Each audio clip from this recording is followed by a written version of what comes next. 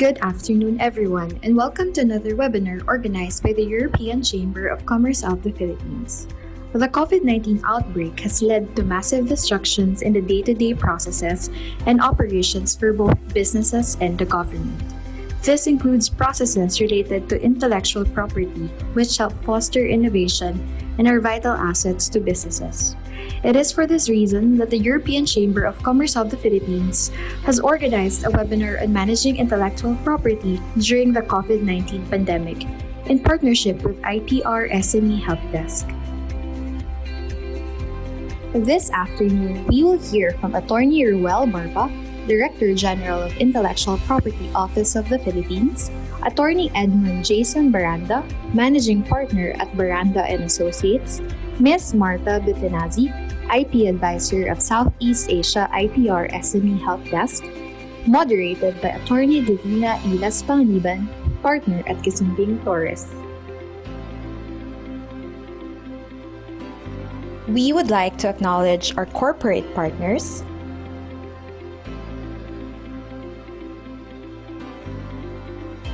as well as our premium members,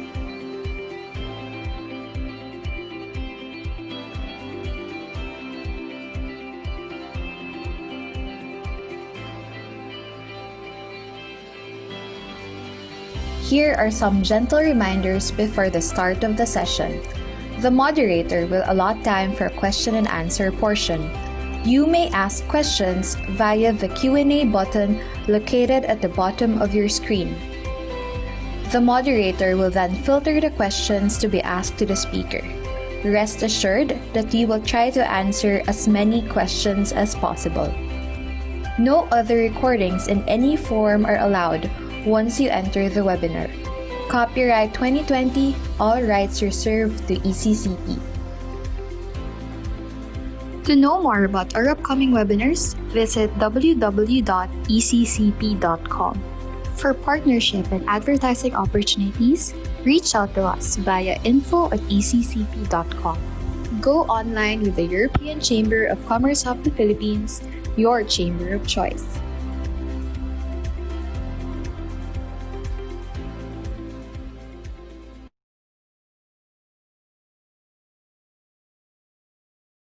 Good afternoon, everyone. My name is Vina Ilas Panganiban. I am from the Intellectual Property and Technology Practice Group of Kisumbing Torres Law Offices. I'm also part of the IP Rights Committee of the European Chamber of Commerce of the Philippines. I'm very pleased to welcome all of you to this afternoon's ECCP special COVID-19 webinar on managing intellectual property. This webinar is scheduled at the perfect time because this week, we are celebrating the World IP Day. And during this extremely challenging moment in our lives, one big IP question comes to our minds. Do you really need to celebrate? If yes, how? We have invited excellent authorities in the field of IP to discuss the latest developments in the Philippine intellectual property landscape. What happens to IP rights during the lockdown? How can we continue protecting and upholding IP rights? How can we comply with legal requirements in maintaining our IP registrations? Our questions are heard, and we have been instantly blessed with the most appropriate persons to deliver the rightful answers. Allow me to introduce our very distinguished first speaker, who is no other than our dear Director General of the Intellectual Property Office of the Philippines, DG Ruel Barba. DG Ruel Barba is a respected name in business and law circles, having had over 20 years of experience. Prior to public service, he was the former managing partner of Barba & Associates Law Offices. He is perhaps most known for his tenure in the RFM Corporation, where he served as Vice President and Head of the Corporate Legal and HR Divisions. He was also the Vice President and Chief Legal Counsel of the Jackal Group. He finished his Bachelor of Laws degree from the University of the Philippines, and he was the Governor of the Southern Luzon chapter of the Integrated Bar of the Philippines and the Legal Counsel of the Philippine Practical Shooting Association. Friends, please warmly welcome DG Ruel Barba.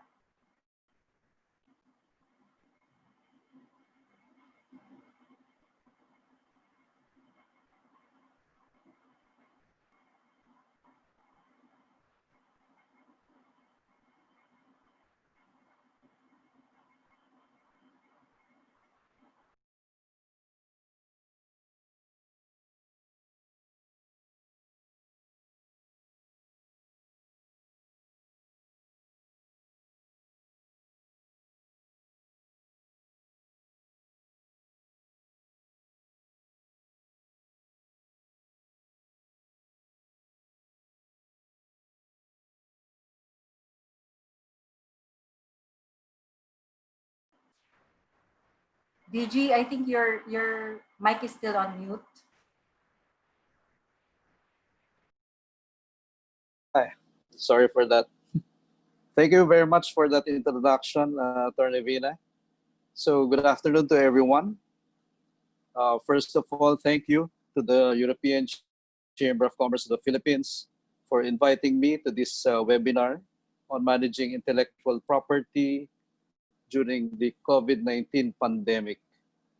ECCP has been a partner in promoting the Philippines during my stint with the Department of Trade and Industry for the past 3 years.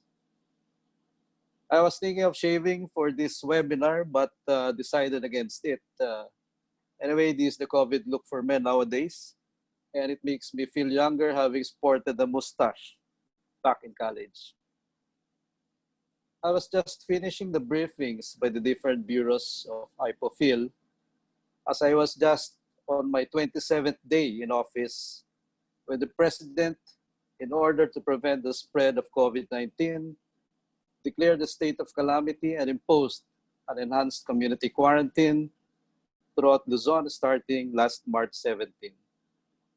So immediately we organized the office so our staff can work from home to continue serving the public and issued the necessary memorandum circular for the guidance of our stakeholders. Next slide, please. What the IPOPHIL has achieved for the past weeks can be attributed to the hardworking men and women of IPOPHIL, which has a current labor force of 414 active workers, 64% or 263 of whom are holding regular positions. 18% or 76 are engaged through institutional contract of service, and the remaining 75 are engaged through individual contract of service or consultancy. All contributed to the continuous rendering of IPOPHIL's basic services despite the challenges brought about by the COVID-19 pandemic. To improve the services of IPOPHIL to our stakeholders, there is a pending request with the Department of Budget and Management for approval of 192 additional plantilla positions. Next slide.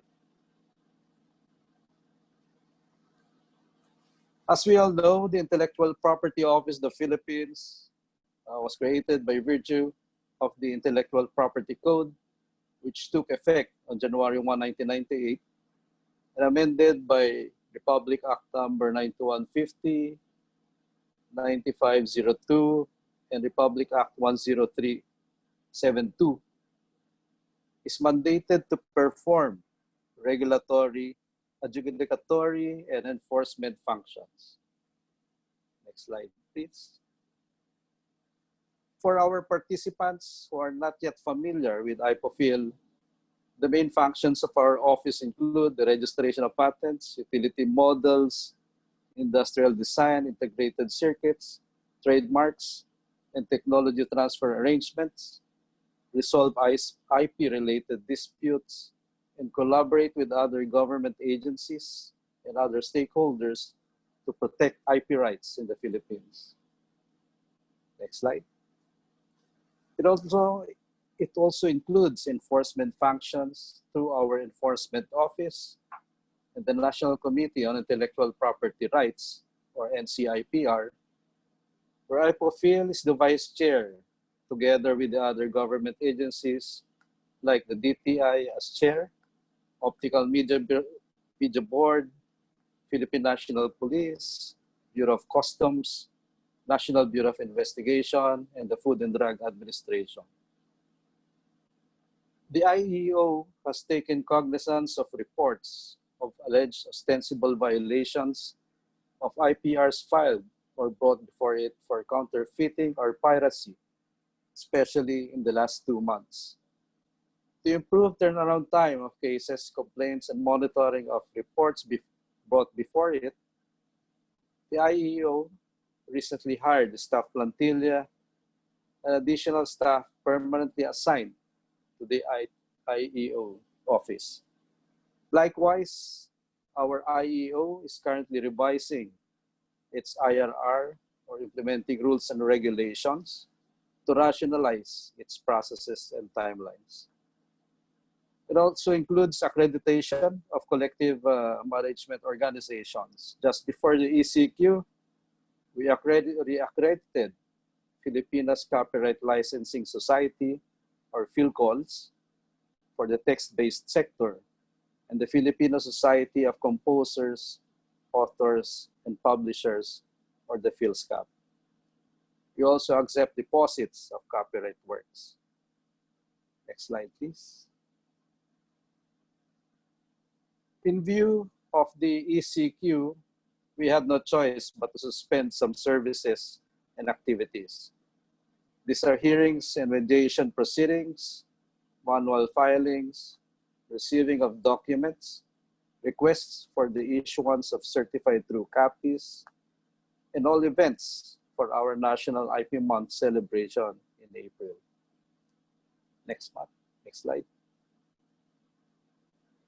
It is good that we have an existing online platform for receiving applications for trademarks and patents, and ID. For trademarks, we have the ETM file, EDOC, and eCore. ETM file is the online platform for new trademark applications. EDOC is a 24/7 electronic filing of subsequent requests other than the filing of an application, and allows submission of responses, requests, including those requiring payment through DragonPay or Visa credit card, without need to go to IPO field. eCore is a system that handles the sending of outgoing office actions, but agents or representatives should enroll their email addresses with our ITMS to have access to the system. So I call on all IP practitioners to make use of this facility.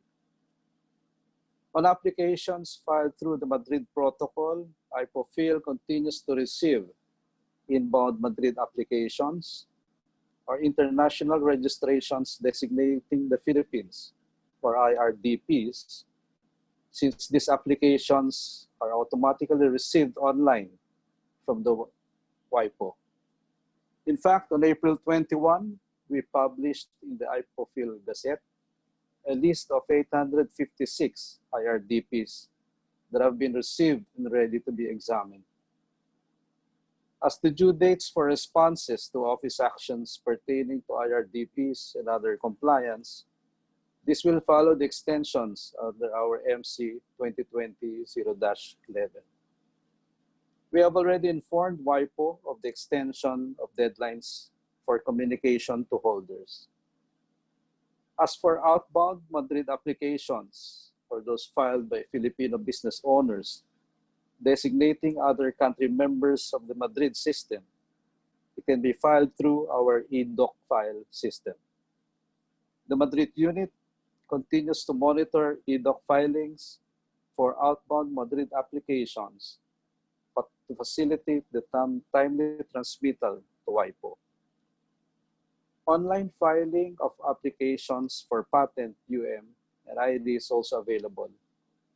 We hope to make available to our Bureau of Patents the other features of the trademark platform in the soonest possible time. Visit our website, www.ipofil.gov.ph, to access these facilities. Since we shifted filing applications to online, we provided online guides on how the public can proceed with the application through our online services. We were also active in providing assistance or responding in general to inquiries lodged through mobile or through our social media accounts. Next slide, please. Through the concerted efforts and dedication of IPOFIL management and employees, the following major outputs were delivered in the 1 month beginning the ECQ in March 16 up to April 16, 2020. Next slide. The Bureau of Patents processed 534 invention applications, 415 utility model applications, and 123 industrial design applications, as it contributes to the repurposing of manufacturing program of the DTI Board of Investments by conducting studies on off-patent medical supplies, including possible medicines for COVID. The Bureau of Trademarks processed 5,513 office actions from receipt of application to registration. The BOT also received the application of Manila Helpdesk for Gen Amplify, the locally developed COVID-19 test kit. It also identified possible suppliers of personal protective equipments nationwide. Next slide. Our Bureau of Copyright and Related Rights continue to draft issuances on copyright, which we hope to release upon the lifting of the ECQ, and working with other organizations for a program for our artists, performers, and creators in these difficult times. The issuances include implementing rules and regulations on accreditation of CMOs, work of the government, pre-sale rights, copyright registration and deposit, and resolution of disputes relating to the terms of a license involving an author's right to public performance or other communication of his work. Our Bureau of Legal Affairs continue to draft inter partes decisions and decisions on appeal. Next slide. Our Innovation Bureau continues to coordinate with our Innovation and Technology Support Offices, or what we call ITSOs, in 100 partner universities and colleges in helping our communities fight COVID-19 for possible patent filing. As many of you heard in the news, many fabrication laboratories or Fab Labs given by DTI and the OST in universities and colleges, and even as MSMEs create their own versions of masks, face shield, PPEs, ethyl alcohol, disinfection chambers, among others. It also search on PPEs that are protected in other countries but not filed in the Philippines in support of the various initiatives of university and college partners against COVID. Next slide, please. One way of enabling innovators to develop technological products or solutions beneficial to a society is through developing patent landscape reports, which give an overview of the patenting activities in a specific industry. We have identified regional products to work on next to help the regions. These are sugarcane, pineapple, cashew, and jackfruit technologies. We have completed 3 so far for this year out of 8 targeted PLRs, namely on coffee technologies, vehicle connectivity, and semicon technologies. We will be launching webinars soon to disseminate to stakeholders the various PLRs. Another way to help stakeholders is to launch a subscription-based patent search product or service specifically for the pharma industry. For this, we created a survey form which will be rolled out to key respondents. Although the online survey form is still being tested, we are still assessing the possibility of getting expert responses even under ECQ. Next slide. Our OIB also continues to review policies on IP education curriculum, midterm roadmap on promoting IP, policies on ITSOs, and the Mind to Market program. Next slide.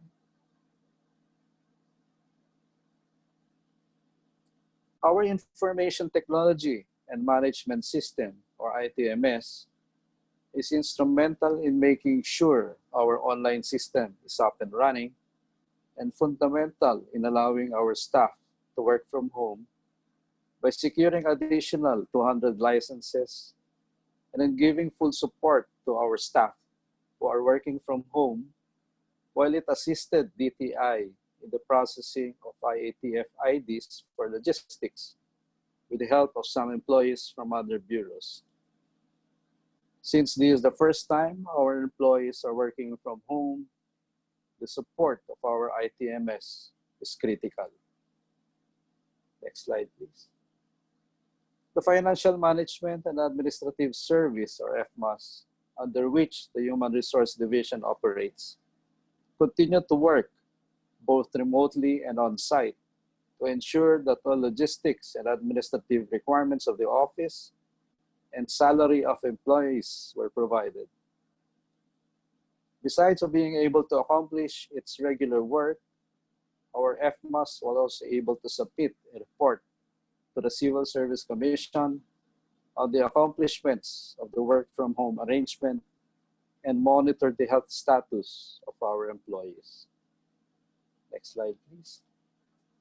Our Office for Strategy Management under FMAS continued to work on the 2019 annual report and other reports, and our 16 satellite offices nationwide also assist the head office in some tasks remotely. Next slide. Since this is the first time our office is utilizing a work from home arrangement, the following are some challenges experienced by our employees. And I am sure these have been experienced by our employees too. Next slide, please. First is the quality of internet connections. Our internet infrastructure really needs some improvement. They are also concerned with higher electricity and internet bills. Some had to produce their own laptops and set up workstations at home. Some have no access to some documents needed, and some data, which are mostly electronic files, cannot be accessed remotely. Next slide. Besides these technical hindrances, there's the psychological battle with the anxiety of the disease. Also, having the workload at home blurs the lines between work and personal life. Some tend to work overtime and extend on weekends. Thus may cause one's health to suffer. This only shows that working from home for the first time entails a big adjustment. But based on the accomplishments, most of the challenges our employees experience did not really put a dent on operations. Next slide. With the possible lifting of the ECCP soon, we really have to prepare for a new normal. So first, we identified tasks that cannot be done at home. This includes, but is not limited to, payroll processing, cashiering, and receiving of documents which would require reporting to the office. Employees who handle these functions, among other crucial ones, will be required to report to the office on a scheduled basis. But to comply with the required social and physical distancing, both in the shuttle service and in the office, we're looking at 30 to 40% who will continue to work from home. And we considered the following factors. Next slide, please.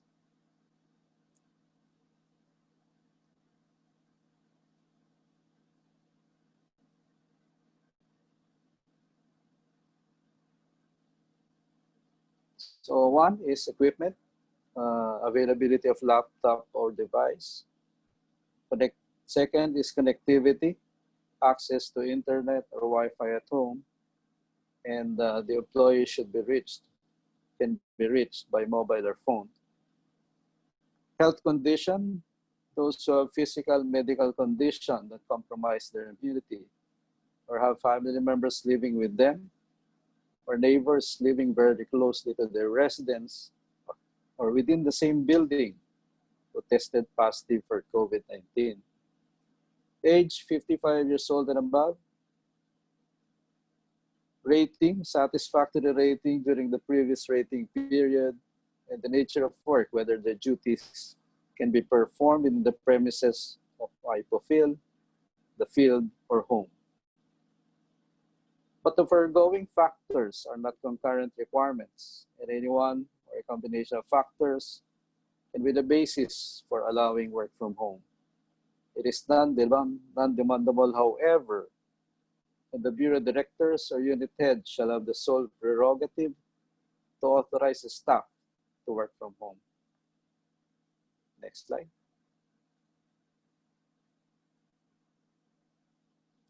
As much as possible and practicable, all employees on work from home may be required to report to the office or bureau to submit outputs, accomplishments, and perform other related tasks which cannot be performed at home, such as but not limited to the conduct of hearings, conferences, signing of documents, secure relevant physical records, or documents necessary in the performance of work from home tasks. In summary, our review showed that work from home can be implemented in IPOFIL even after the ECQ, given all technical and logistical support to our employees. As we prepare for a new normal, we would appreciate receiving feedbacks from our stakeholders to enhance our online platform system as we continue to automate all business processes, hopefully in all the bureaus, to better serve our stakeholders. Thank you very much.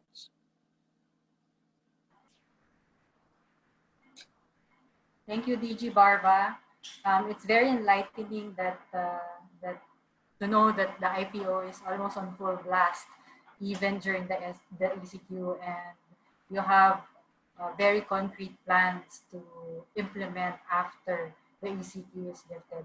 I would like to acknowledge the participation of the dedicated Deputies Director General of the IPO, DDG Ted Pasco and DDG Laluces, and all the directors of the bureaus in the IPO. Thank you very much, ladies and gentlemen, for being here.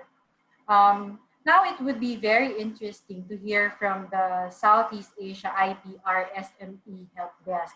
Our next speakers are Attorney Marta Bettinazzi and Attorney Edmund Baranda.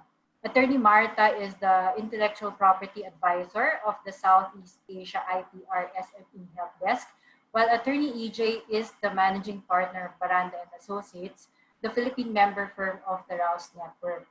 Attorney EJ is an IP expert with a background in molecular biology and biotechnology and is a qualified patent agent.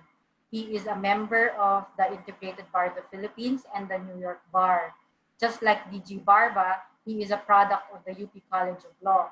Attorney EJ obtained his Master's of Law from the University of Michigan Law School. To share their insights on how to manage IP during the COVID-19 pandemic, please welcome Attorney Marta Bettinazzi and Attorney EJ Baranda. Thank you.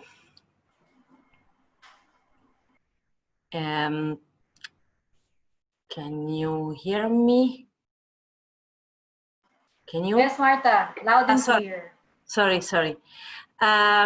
So first of all, thank you for cooperating with us for this very interesting webinar. The Southeast Asia IPR SME Helpdesk is an initiative of the European Union, and it's here for helping the small and medium companies from Europe that do business in Southeast Asia, so for the entire region, of course, including the Philippines. And Attorney Baranda, Edmund Baranda, is one of our experts here and is today representing the Helpdesk with this presentation. Apart from training that we do online and offline when we go back to normal, we also have a lot of materials on our website. You can browse it for fact sheets that are covering every country, but also sectors or kind of IP specific. So you will find a huge variety of that, plus e-learning module and other kind of resources, including the recording of all our webinars. And more importantly, we have an inquiry helpline for all the companies that have questions. We provide a first line of advice for free. Of course, it's just the first line, so then you probably will have to contact a lawyer at the end, but it's a first contact that should facilitate your job in the region. So if, for example, you are based in the Philippines and are interested in about Vietnam, but maybe you don't know how is the legislation there, or Singapore, Myanmar, and so on, you can ask first us, and we will provide you with some basic information on the topic. And with no further ado, I think I will leave the floor to our expert that will guide you through his own presentation. And I thank you, all of you, for being here today with us. Thank you, Marta, for the intro. And also thank you, Vina, for introducing me. So I was asked to discuss two items in the agenda, which is first is how do we protect our IP amidst the COVID-19, and how do we manage our IP portfolio? I think DG Barba already gave an overall what the IPO did while we were on lockdown, and my contribution to you this afternoon is to discuss some details of that and maybe highlight some of the systems that the IPO put in place. And the next item that I'll be discussing is post-COVID-19 IP trends, which as an IP practitioner we thought would be helpful to discuss today. So let's begin with the first item in the agenda. How do you manage your IP amidst COVID-19? I've identified 4 points which I wanted to discuss. And first of that is, of course, how do we maximize the e-services of the IPO fill? And actually, we're really, really thankful to the IPO for setting up an online filing before the lockdown. So it enabled us IP practitioners to still have a job. Thank you, DG Barba, for that. But in relation to the e-services, I think most practitioners, you've been monitoring the announcements of the IPO, and so far they have come out with 4 memo circulars on the deadlines. So I'll be discussing some relevant portions of that. So I'll be discussing which deadlines were extended, which deadlines were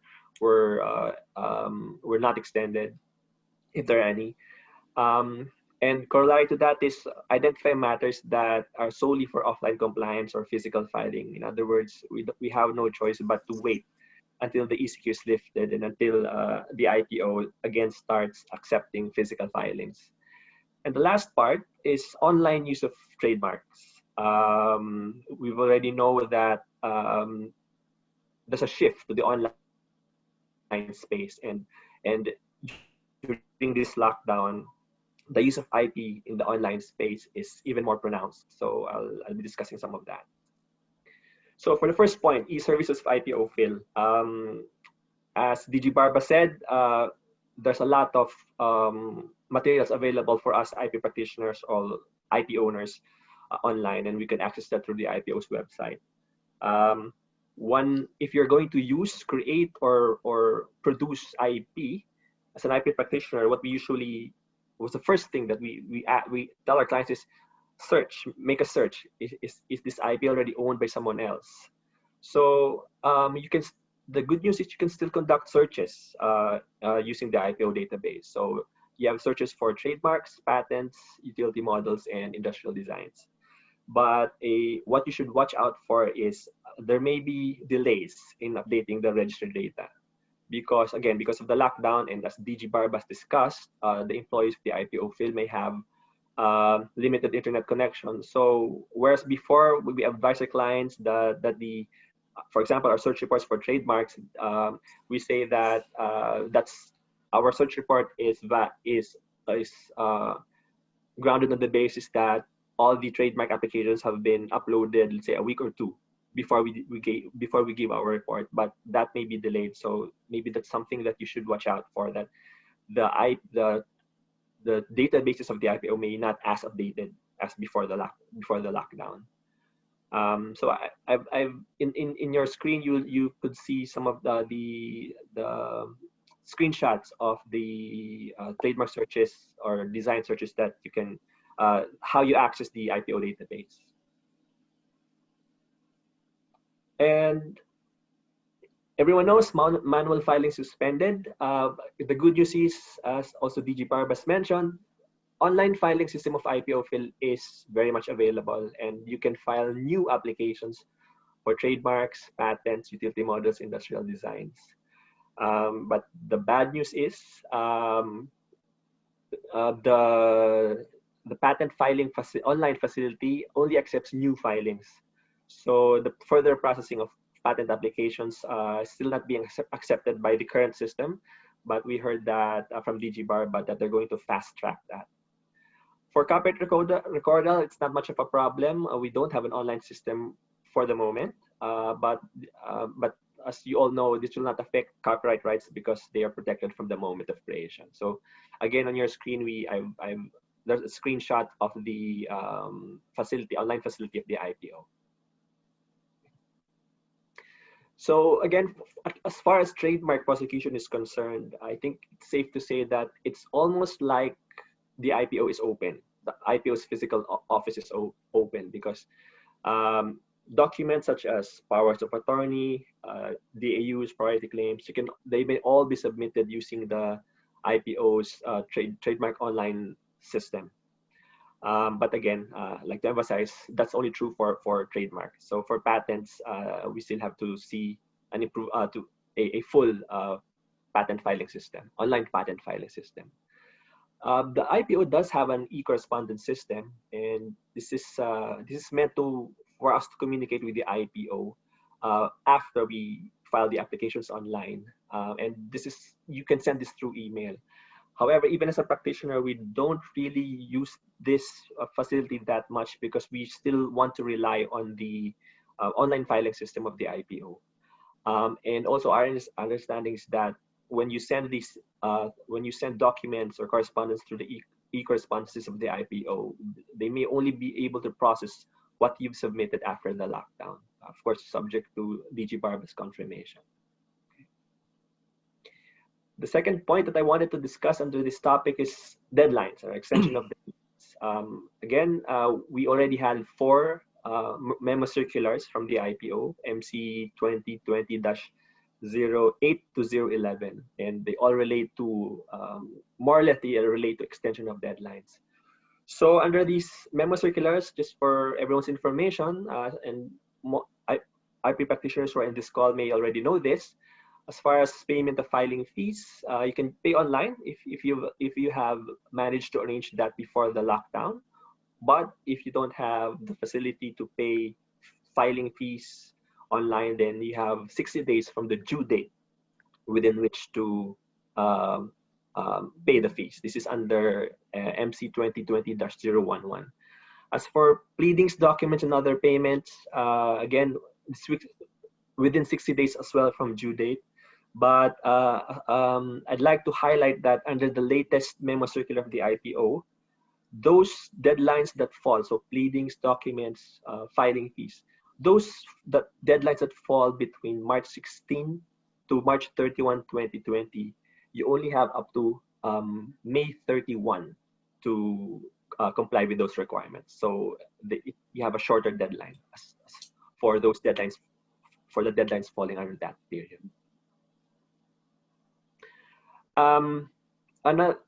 Another IPO another portion of this IPO circular that I think it's worth mentioning is the filing of third-party observations and adverse information. Again, for the patent system, patent online filing system, what we have right now is just new filings. And as you know, under our rules, if you want to file a third-party observation or you want to file an adverse information for or against a patent application, under our rules, it's supposed to be 60 days from publication.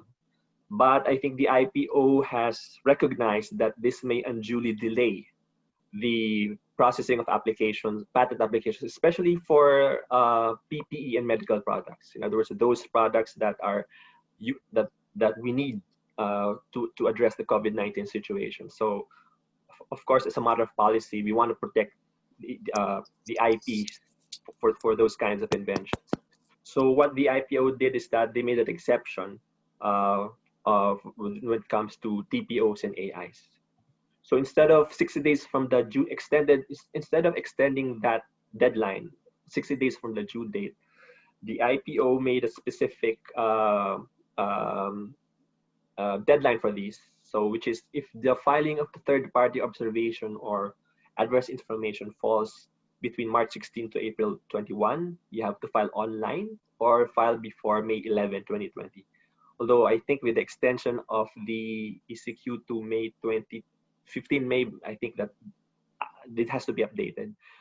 But those that are due from TPOs or AIs that are due from 22 to 30 April, you could file online via bop@ipofil.gov, or you file within 15 calendar days from the due date. The third point I want to discuss is what are the matters that are strictly for offline compliance or for physical filing. So as DG Barba also mentioned, obviously hearings and mediations before the IPO fill will have to wait until the ECQ is lifted. Also, certain documents that require notarization, like DAU verified pleadings, all that will have to wait until the ECQ is lifted, because I don't think you can find a notary public right now who will notarize your documents, and obviously you can file that online. You can file that with the IPO fill physically.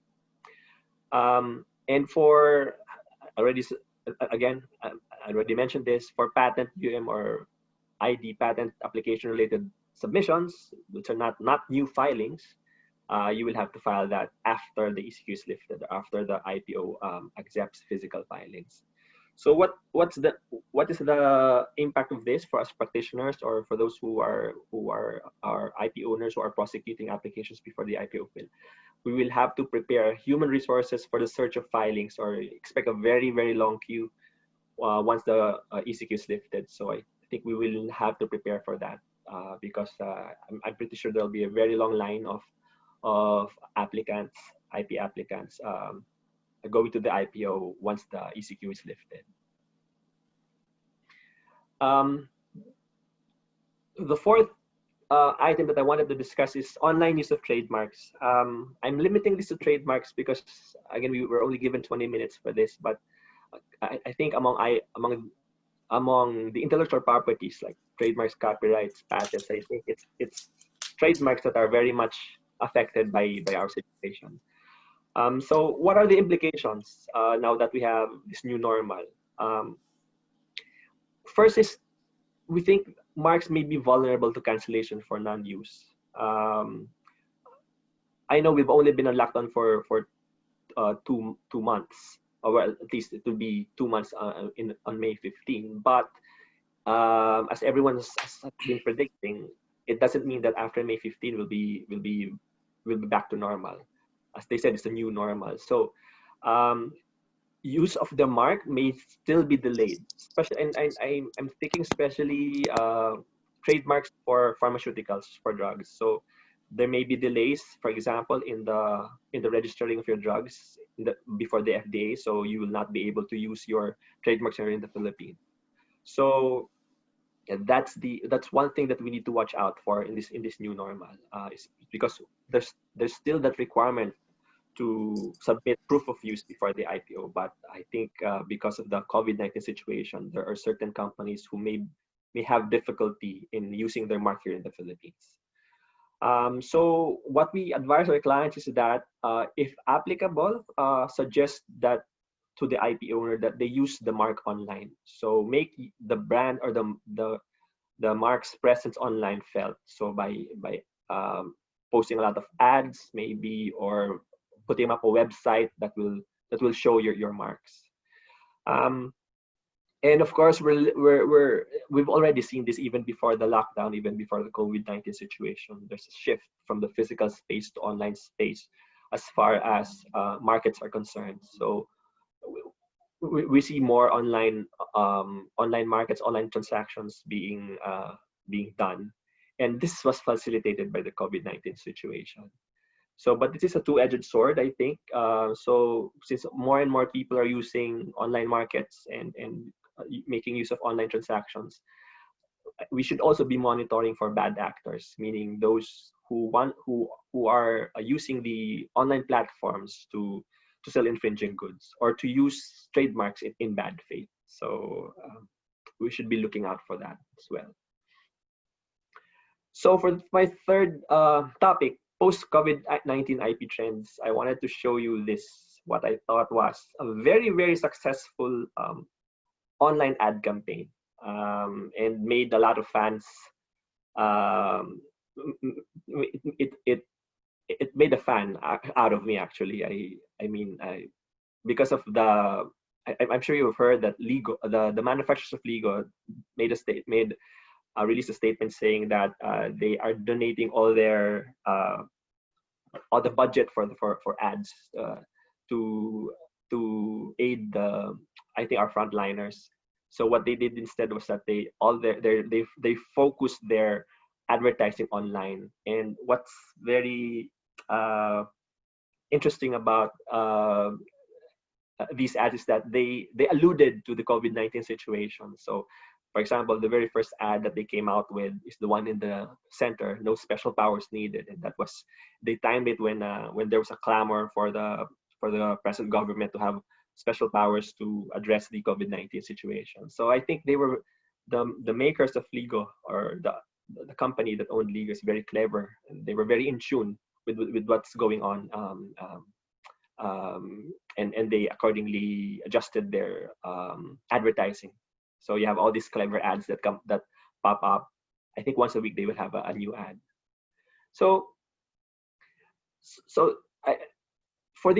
For COVID-19 IP trends, we spotted three that I think is worth discussing.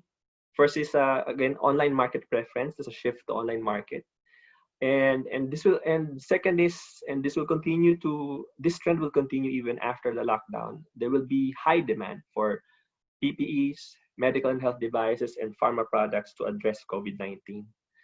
And third is that for those brands that are not considered essential, so COVID-19 essential, there will be tremendous challenges until we go back to normal. So for online market preference, we think that both IP owners and as well as infringers will intensify marketing online and use of online markets. And so it's even more crucial now during the lockdown and post-lockdown for IP owners to be monitoring their brands online, because enforcement will become very crucial.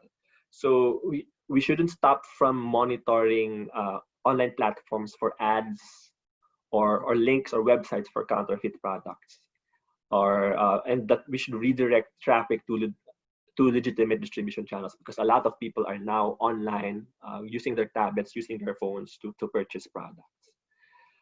So in line with that, IP owners or representatives should heavily use the notice and takedown systems of online platforms. And to be fair to the online platforms, they do respond. There are online platforms that respond within 24 hours, so we should make full use of those. Okay. Next is, again, for PPE, medical health devices, and pharma products. Like I said, this will continue to be on demand. More likely, the demand will even increase or sustain in the coming months. So it's also possible that there will be an increase in the counterfeiting of these products. And in fact, the IPO already reported, I think this was last month, and this was in the middle of the lockdown, there were already complaints filed against the sellers of counterfeit PPEs, including face masks and N95 respirators. I'll show you an example of what we think is a counterfeit face mask in the next slides. So, but on the other hand, this is also an opportunity for SMEs, for business owners, to maybe venture or maybe think about or consider producing COVID-19 essential products, because we're going to have this demand for the next, I think, year or two. So here's an example of a very popular product during the lockdown, vitamin C. And this is an ad for Kirkland vitamin C, which we suspect is counterfeit because it's just 149 pesos for a big bottle.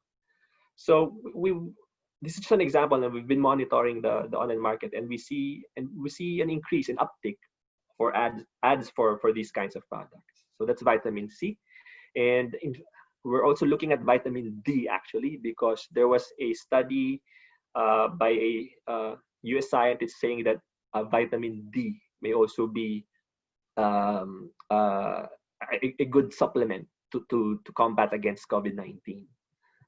So this is a mask. It's expensive actually, $899, but it's a N95 mask. But the reason why we think it's counterfeit is because if you notice 3M, you see 3M there, but it's very small. So we think this is a fake mask. So, and what is the government doing while all of this is happening online? We saw that enforcement actions are being done even during the lockdown, and local enforcement agencies are going after these unscrupulous individuals who are hoarding these equipment. So in your screen, you'll see three online articles on what the government has done against these hoarders. Just a few more slides for me. So now that we know that there's an increased demand for PPE and pharma products, as a company who's involved in IP or owns IP, what can you do? How do you take advantage of this trend? Well, first of all, if in the pipeline you already have technologies that will be used to combat COVID-19, then by all means, file a patent application for that here in the Philippines. And remember, but if there's no patent here, obviously that becomes part of public domain, so you can manufacture that locally. So that's an opportunity for SMEs. Maybe if you want to venture into COVID-19 products, look at go to the patent database of the IPO and search for the technology that you're interested in bringing to the Philippines or manufacturing in the Philippines. So if there's no patent filed for that, then that's part of public domain. You can manufacture that. If it's a drug or medicine that's patented, bear in mind that you can do parallel importation of those important COVID-19 drugs, because that's allowed under even if it's patented, because but I'm talking about parallel imports. It means these are still original drugs, but you can actually compete with a local distributor here because that's allowed under the Cheaper Medicines Act. So again, licensing opportunities for COVID-19 essential products. There's a link there that I included in the slide. It's a list of COVID-19 related technologies which could help you in your search. And lastly, if you are interested in distributing COVID-19 drugs or medicines, please bear in mind that you still have to comply with FDA regulations. The FDA actually already gave out, it released guidelines on the registration of drugs that are under emergency use to combat COVID-19. So it's not. We know that certain drugs like I think there are. If you look at the guidelines, there are already 4 medicines that the FDA recognized that may be used to combat COVID-19. So this is off-label use actually. So these are actually anti-HIV drugs, anti-flu drugs, but the scientists have said that they may be used to combat COVID-19. So if you're looking into this space, bear in mind that you still have to get the necessary FDA permits. Okay, for my last slide, what about those brands for non-COVID-19 essential products? So obviously, a huge challenge. I mean, even as an IP practitioner, we already see this. Our clients are tightening their budgets. So definitely there you will face challenges as companies shift to products that they think will be still popular in the market. But we think brands for food, household, hygienic, and cosmetic products, they will eventually be in terms of sales. I think it will go back to normal. But luxury brands, hospitality industry brands, that will be hard hit, and they may consider abandonment of their portfolios.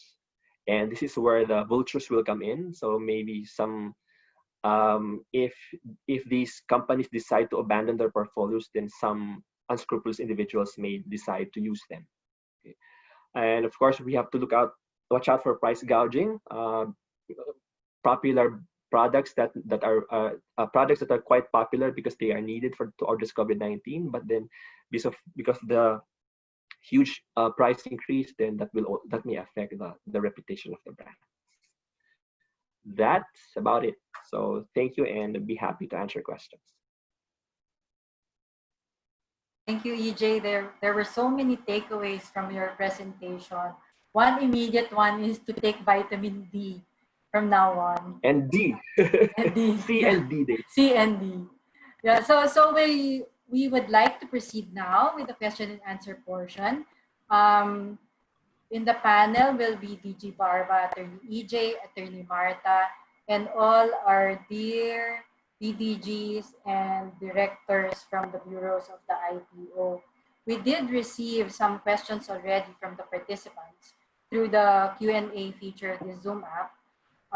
If you would like to submit some more questions, you can click the button at the bottom of the screen for desktops and at the upper right-hand corner for mobile phones.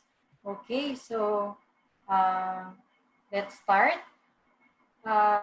DG Barba, bottom line is the fees. A lot of IP stakeholders are concerned because of the business challenges posed by the pandemic. Will there be some relaxation on the official fees of the IPO or even subsidies to small businesses or sole inventors, Filipino inventors that would like to avail of IP protection but simply are having difficulties with coming up with the funds to comply with the fee requirements of the IPO? Oh, thank you very much. Thank you very much for the question. First of all, IPOPhil is a self-sustaining agency, and we do not receive any money from the national government. So we are left on our own, and with the planned expansion, including the request for additional manpower, I'm not sure if we can still afford to give subsidies. No? In fact, I have asked our FMAS to evaluate the projections, no? The income projections for the rest of the year.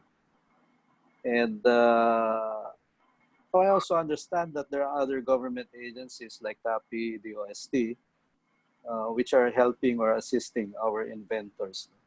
So I'm sure that assistance might include the filing fees. But we will consider depending on our projections. That will be very appreciated, DG Barba, because Yes. a lot of our clients are now asking, for us practitioners, are asking for discounts. What more with SMEs and Filipino businessmen who are in dire difficulties during this time. A lot of questions are directed on the period for examination of the applications. I think many of the participants are representatives or IP owners themselves, and they have filed applications for patents and trademark registrations, and even cases with the Bureau of Legal Affairs. Is there a move to expedite the examination period, first for trademarks, And then we also have questions for patents, utility models, industrial designs. And then we also have questions on the possible expedited period for issuing decisions before the BLA and ODG. So again, this is directed to you, DG, and probably your ECCP also. Yes, I think IPOFIL is in the mood to expedite everything. Unfortunately, we were overtaken by the ECQ. But even under the present arrangement, I think our BOT continues to do the examinations of patents, especially for new applications. For the BOP, I think currently in fact, before assigning the examination, before it used to be that there should be payment. But under the current situation, they are considering or they are reviewing all applications, even if there's still no payment yet. For the other offices, I think they have improved on the turnaround time, especially for the BLA. We have data to show that they have disposed of cases in the last 3 years than before, especially since some lawyers were appointed as adjudicators. And hopefully we'll be able to get the approval of the DBM for additional manpower, especially lawyers, to assist our directors in disposing of the appeal cases, and even the Office of the Director General Legal. I understand that there are 114 cases, pending cases with ODG Legal under appeal, and hopefully we'll be able to dispose of that, if not within the year, until middle of next year. So just give us time to return back to the office so we can dispose of all those cases. Thank you. I'm sure, DG, you are all very excited to go back to the office, and I understand that you have some social distancing measures that will be implemented once the IPO reopens. A lot of our participants are also curious, what are the safety measures when the time comes that manual filing resumes? We understand that the guidance of the government have banned 60 years old and above senior citizens, and those who have low immune systems. But we will be very curious to know what are the concrete steps that you've taken to prepare for the reopening of the IPO. Well, definitely, we will require everyone to wear mask. So no mask, no entry to the IPOFIL offices. And definitely, we will limit the number of persons transacting inside. So we apologize for any inconvenience that might be experienced by some filers. But we are doing it not only for the safety of our own employees, but also for their own safety. And we will be providing the usual amenities, safe health, especially the use of alcohol, sanitizers. We definitely will continue using that. And for the first few weeks, we might be operating on limited hours, number of hours, maybe 9 to 2, especially for payment and receiving of documents. And we are also looking at making it a 4-day week for our cashiers and receivers of documents. So, but we'll be releasing a memo circular for that. you, DG Barba. Attorney EJ, we have a question here for you. Yeah. Is price gouging actionable under the IP code? It's not under the IP code, but I think there are DTI regulations for that. So you're not supposed, and I think there have been reports already of people who have been uh, complaints against those who are selling products that are beyond much higher than the SRP. Yeah, it's not an IP issue; it's more of a DTI issue. What types of IP rights? What types of IP rights would be most relevant to a post-COVID-19 era in the Philippines? I think all IP will still be relevant. I mean, as I mentioned in my presentation, I think there are just certain products that I think will be more saleable because of the COVID-19 situation, and those are products that are used to address COVID-19. So you'll have your pharma products, your test kits, your ventilators, your masks, your disinfectants. So your soaps, hand soaps, alcohols. So those I think will be more, shall I say, these brands will even become more valuable. So if you're looking to go into to manufacturing of these products, then by all means uh, go, because I think we will be in this new normal for at least a year or two until a vaccine is uh, is uh, uh, is found. So, DG Barba, are you giving special considerations to these types of products in terms of expedited examination, Expediting. yeah, or probably reduced fee or some other incentive for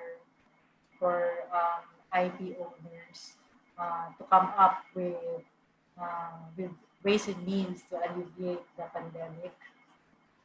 Yes, in fact, exempted from the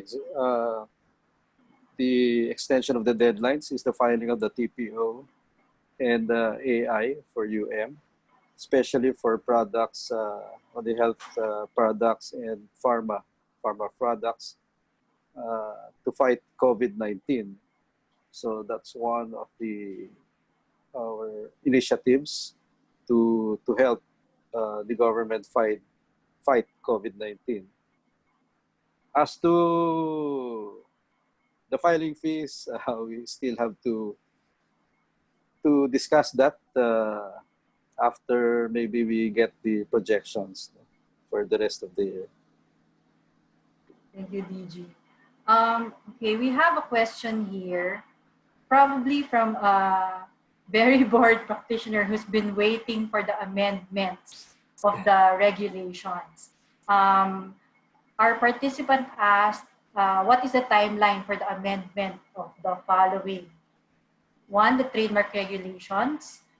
2, the rules of procedure on IP rights litigation. 3, the rules and regulations for patents, UMs, industrial designs. Next is the rules and regulations on the conduct of PAQE. And lastly, the DOH and IPO joint administrative order on the use of special compulsory license and compulsory license by the DOH. So he or she is now very excited for the amendments. So we're very curious, DG, what is your timeline with regard to these amendments? I will just give a general answer, then I will ask our directors to add to my reply. With this pandemic,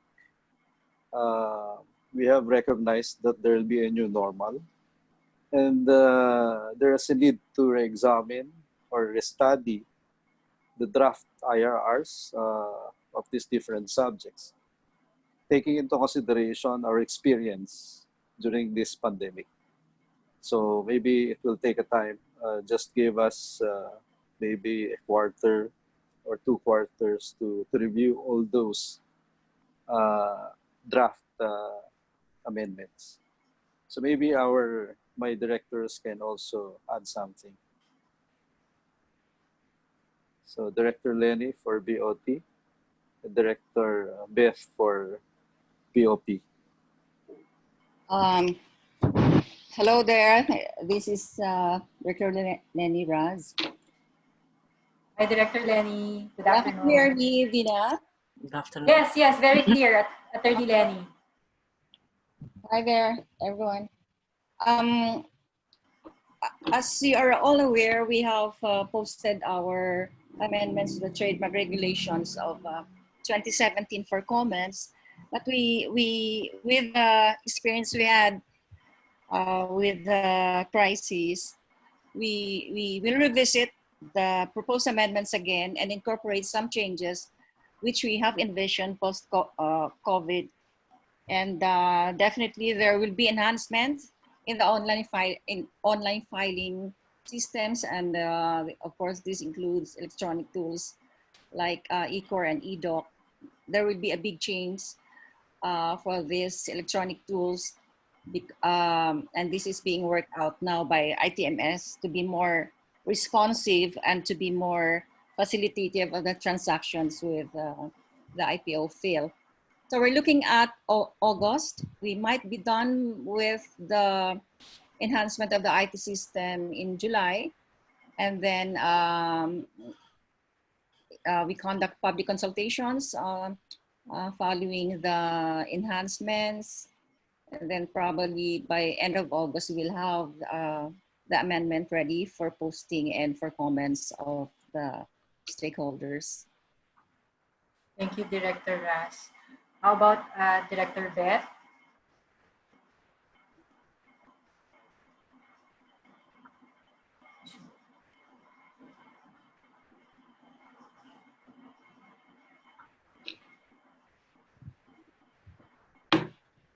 Hello? Hello? Hi, Attorney Beth. Hi, good afternoon. Good afternoon. Yes, am I coming in clear? Yes, very clear. Okay. I'm going to cover 3 of those proposed rules for the implementing rules on inventions, utility models, and industrial design. We have actually submitted the final draft prior to the ECCP for the DG signature, but because of the developments under ECCP, we have to revisit some of the substantive and procedural provisions. First, pertaining to online filings and some of the formal requisites that we require, especially during periods where normal office operations are suspended. So we'll have to take that into account. Even the period for filing of third-party observation and adverse information as earlier mentioned by DG Barba, we will have to revisit that as well as including the requirements for verification of certain documents that will have to be submitted in line with the restrictions and limitations on mobility and access to certain services. So we will also have to revisit that, and as Director Ras has mentioned, we may be looking at August for the final version. But of course, we will be posting the revised IRR probably by July or early August. I will also cover the proposed revision of the Supreme Court rules on IP adjudication of IP cases, because I'm sitting as a member of the subcommittee on the IP rules. Prior to the ECCP, we were looking at April as the timeline to submit the final draft to the Committee on Rules of the Supreme Court, but because of the ECCP, we may be looking at either May or June to finalize the draft at the subcommittee level. So at the latest, we should be submitting that to the IP committee by July. And then the proposed department administrative order proposed by the DOH on special compulsory license and compulsory licensing. We are waiting for the final draft from the DOH. I suppose they are very busy now with the COVID-19 pandemic, so that may be submitted to us at a much later date. But once we receive that, and DG Barba has mentioned, this is going to be acted upon swiftly by IBOVIL. Thank you, Director Medrano. Okay, amendments to the rules of court. Amendments to the rules of court, which will take effect this Friday, May 1st. And it allows the filing and service of pleading by electronic mail or other electronic means, as may be authorized by the court. The question is, will this be adopted by the Bureau of Legal Affairs? So, if maybe Director Nat? Yes, Director Nat. Yeah, will answer this. Well, good afternoon, everybody. Good afternoon, DT. So right now, the BLA is crafting amendments to mediation rules first, because that would be the easiest one. And then we also going to have amendments the inter partes rules. Precisely with respect to the mediation, we will not require any more the mediation to be conducted within the IPO premises, and we leave the parties and the mediator to choose the venue, and that includes the online or virtual meeting with respect to mediation.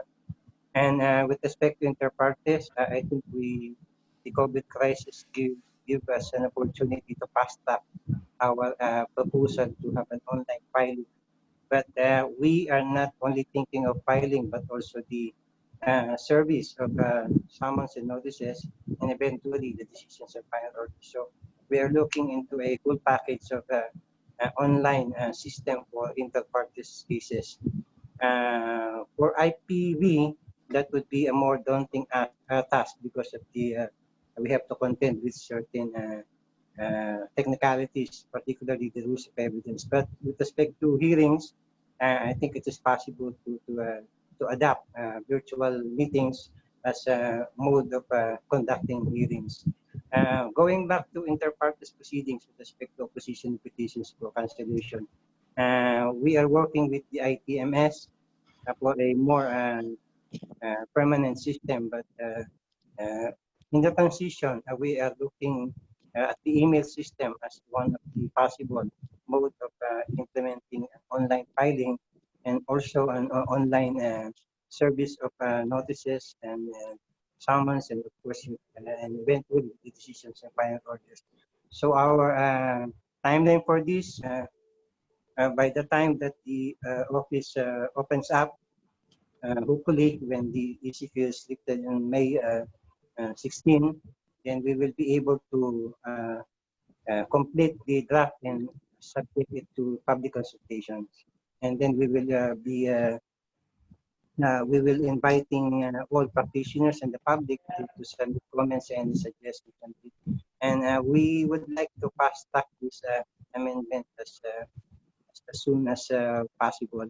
Maybe in transition, we will not be requiring a mandatory online filing system, but only optional. But eventually, if the system works, then later on we can have a mandatory online filing, and of course, online case management. Thanks, Director Nat.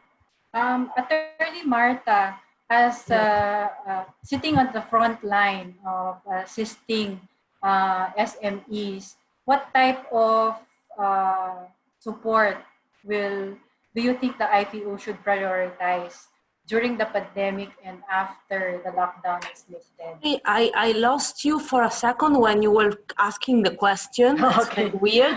So can you repeat? Sorry. No problem. As part of the help desk for SMEs, what do you think is the type of assistance which the IPO should prioritize in terms of servicing IP stakeholders during the pandemic and after the lockdown is lifted? I think that the online feeling is the most important, and in this case is already in place. So ensuring a smooth online proceeding and a smooth online payment system. It's very important because it's relevant for people that already lives in the Philippines, but also from people from abroad, and also of course giving, I think, more as much as information as possible on what to do in the case of an infringement. What you can do if you find that someone is filing an application for a bad faith trademark that is similar to yours, or this kind of stuff.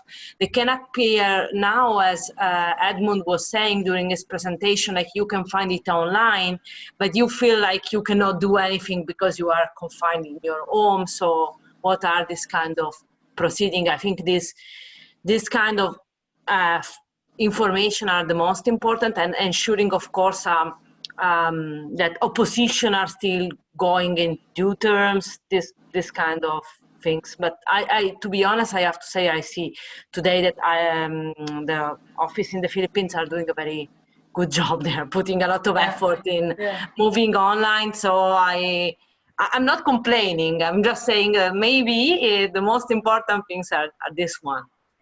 Yeah, I agree. I think they're on full blast or semi-full blast, if you may say. I have to commend the IPO Enforcement Office, who's been doing what I consider sweeps of social media platforms in terms of counterfeiting activities online, and we're very prompt in alerting the IP owners of possible counterfeiting activities. Okay, so time flies when our discussion is very spirited. I have a lot of questions. Probably we will be forwarding your questions which are not answered to our distinguished panelists. In the spirit of good time management, we'll have to end our Q&A portion, unfortunately. Maybe we'll spend the last few minutes to ask our panelists for some words of inspiration, because we are at different levels of desperation and anxieties during this time, and we'd like to hear from you on what's your take on what's ahead for all of us. Maybe we can start with Marta, and then Attorney EJ, and then DG Barba. It's not an easy task. That's right. I agree.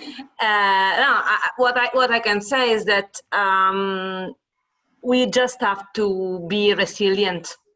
Is the point, to adapt, and that many of the changes we are seeing now, like moving online, etc., will at the end of the day probably be beneficial in the future, when it will be a choice between smart working and online marketing and real-time contact. Maybe what we have learned and the skills we are getting now from this moment will be useful in the future. This is my hope, at least. Thanks, Marta. Attorney EJ? Vina, I like the word that you used, desperation, because yes, at certain points we feel really desperate and depressed because of what's going on. But again, I think there are still many things to be grateful. I think, and again, I'd like to thank the IPO for having an online filing system, which gave us IP practitioners work, and we're hoping that they will further strengthen the online filing system. There are many challenges, like I said in my discussion, but I think we should also be looking at the opportunities, because there are opportunities in this COVID-19 situation. We just have to identify them and try to develop those opportunities. So, yeah. Very well said, Attorney EJ. DG Barba, some last words. Yes. As one of the DTI members involved in the drafting and crafting of the implementing rules and regulations for RA 11032, or the ease of doing business. I have always believed that automation is key, that we need to go into digital transformation. And I credit the previous DG PIN for working on these platforms, the current online platforms. But hopefully we'll be able to enhance it more to include the other offices and bureaus, especially the Bureau of Patents. So we will be able to have an end-to-end processing of applications. So with that, keep safe and healthy, everyone. Thank you very much. Thank you. Thank you very much, DG Barba. There you have it, folks. We heard from the experts. We still have so many reasons to celebrate. IP is about innovation and creativity. Let's keep on making IP, protecting IP, and valuing IP.